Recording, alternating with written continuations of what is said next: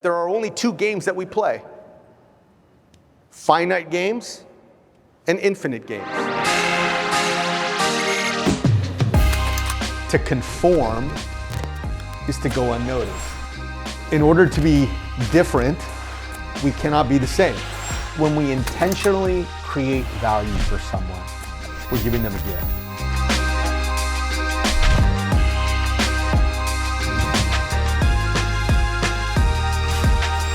But in James Carse's intriguing book called Finite and Infinite Games, he introduces a theory that there are only two games that we play: finite games and infinite games. And a finite game is played for the purpose of winning. The infinite game is played for the purpose of staying in the game. A finite game has an ending. Someone wins, someone loses. But the infinite game has no finish line and no winners.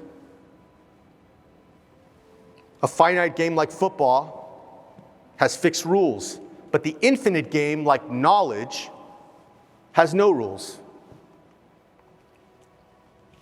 And in Simon Sinek's book, The Infinite Game, which is based off of Carse's concept, he uses the Vietnam War as an illustration. And a close examination of the outcome of the war reveals a remarkable outcome and picture: that America actually won the vast majority of the battles that it fought in that war. And over the course of that war, unfortunately, America lost 58,000 men. North Vietnam lost over 3 million.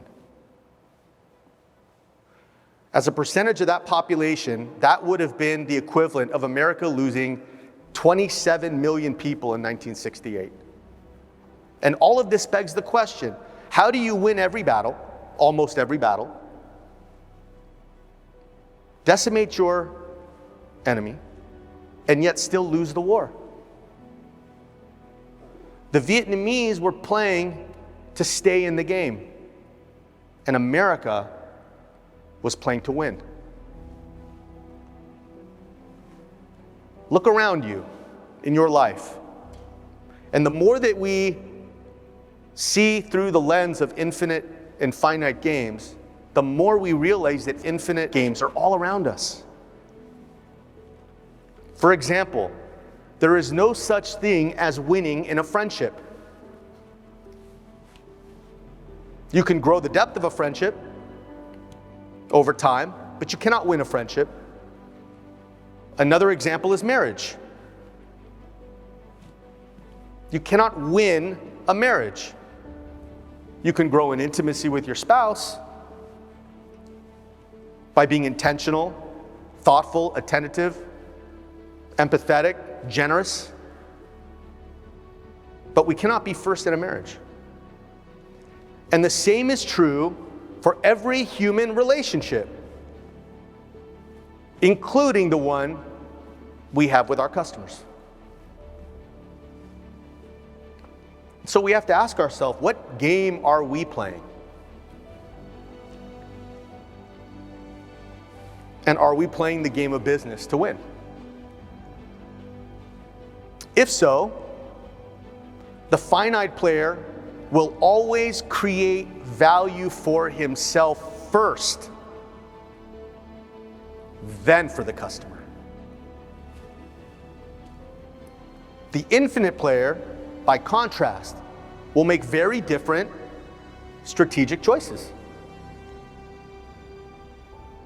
which are deployed not to win, but to stay in the game by growing trust, permission, and loyalty. And when we play an infinite game with a finite mindset, we will win business, but the investment will be costly. Not just monetarily, but even more so emotionally, with market share at best only borrowed.